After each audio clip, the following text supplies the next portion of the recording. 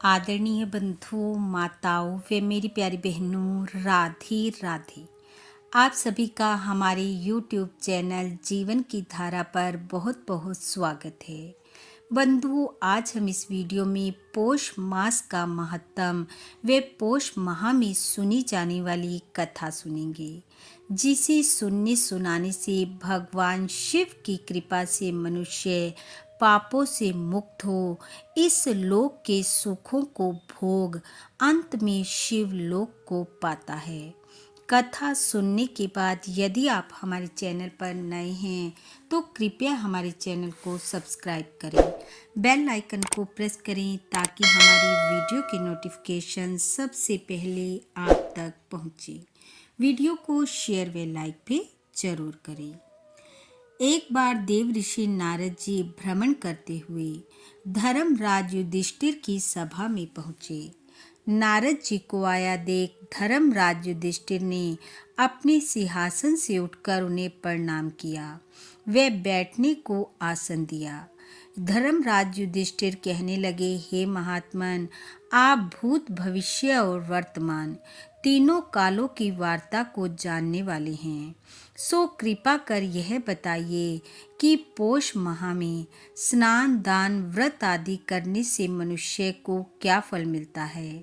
इस माह में किस किस देवता की पूजा की जाती है और उस पूजा से किस फल की प्राप्ति होती है। कृपया आप मुझे विस्तार से बताएं।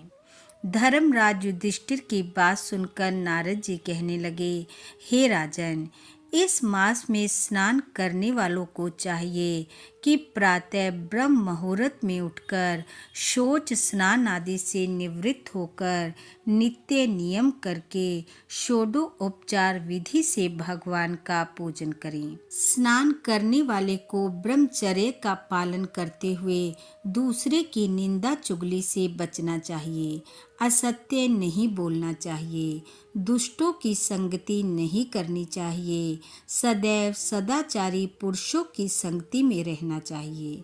नारद जी कहने लगे, हे राजन, जो मनुष्य इस मास में नियमों का पालन करते हुए सदाचार से अपना समय व्यतीत करता है, वह परम ज्ञान को प्राप्त होकर जीवन मरण के चक्कर से मुक्त हो जाता है। उसके लिए मोक्ष का द्वार खुल जाता है। हे राजन, पौष मास में भगवान विष्णु और भगवान शिव दोनों का ही पूजन होता है। भगवान विष्णु का षोडशोपचार विधि से पूजन करने वाला मनुष्य अगले जन्म में राजा के घर जन्म लेता है। वह भगवान शिव को जल दूध अर्पित करने वाला इस पृथ्वी लोक के सभी सुखों को भोगकर अंत में शिव लोक को जाता है।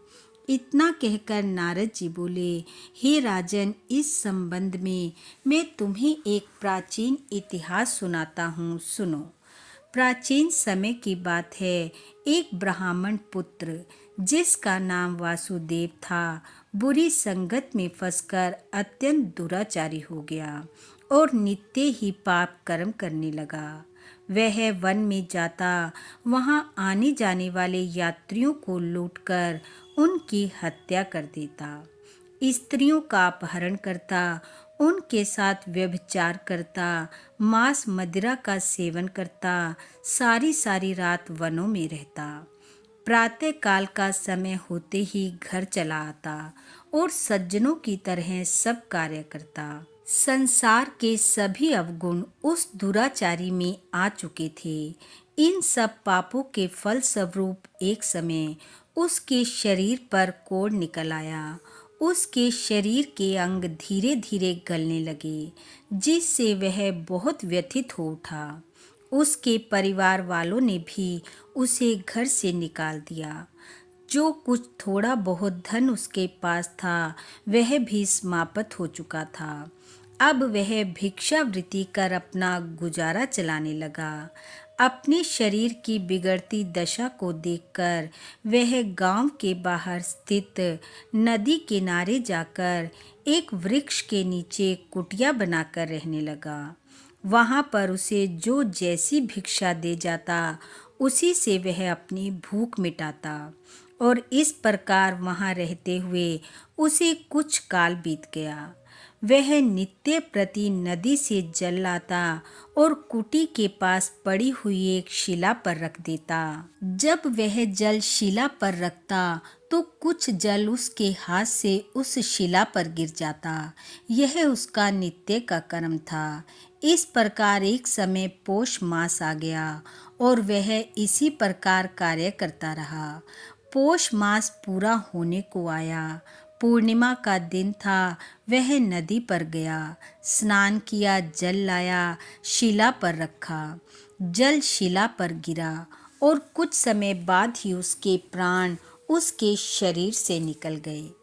उसी समय यमराज के दूत उसके सूक्ष्म शरीर को पाश में बांधकर ले जाने के लिए आ गए कि सहसा आकाश से एक सुंदर विमान उतरा और उनमें से शिव दूतों ने उतरकर यमदूतों से कहा, यह नरक में नहीं जा सकता, इसने पुण्य का एक बहुत बड़ा कार्य किया है।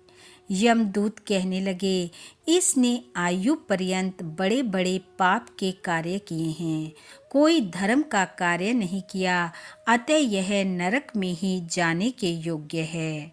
यमदूतों की बात सुनकर शिवदूत कहने लगे, इसने पौष मास में भगवान शिव पर जल चढ़ाया है। यह शिला जो तुम देख रहे हो, यह शिवलिंग है जो कि बहुत दिनों से यहाँ विराजमान है। इस भेद को कोई नहीं जानता था, इस कारण इसकी पूजा नहीं होती थी। लेकिन इस ब्राह्मण ने पौष मास में इस शिवलिंग को जल से सींचा है, चाहे यह इसने अनजाने में ही किया है, परंतु पौष माह में इसके द्वारा हुए भगवान शिव के जल अभिषेक ने इसे यमपुरी जाने से रोक दिया है। अब यह शिवलोक को जाएगा। यह कहकर भगवान शिव के दूत उस ब्राह्मण पुत्र वासुदेव को विमान में बिठाकर शिवलोक को ले गए। यह कहकर नारद जी बोले, हे राजन, इस प्रकार मनुष्य को पौष माह में भगवान विष्णु व भगवान शिव का पूजन अवश्य करना चाहिए और भगवान से प्रार्थना करनी चाहिए कि हे प्रभु, मेरे सब पापों का नाश करिए और मुझ दीन पर कृपा करिए, जिससे मैं मोक्ष पद को प्राप्त हो जाऊं।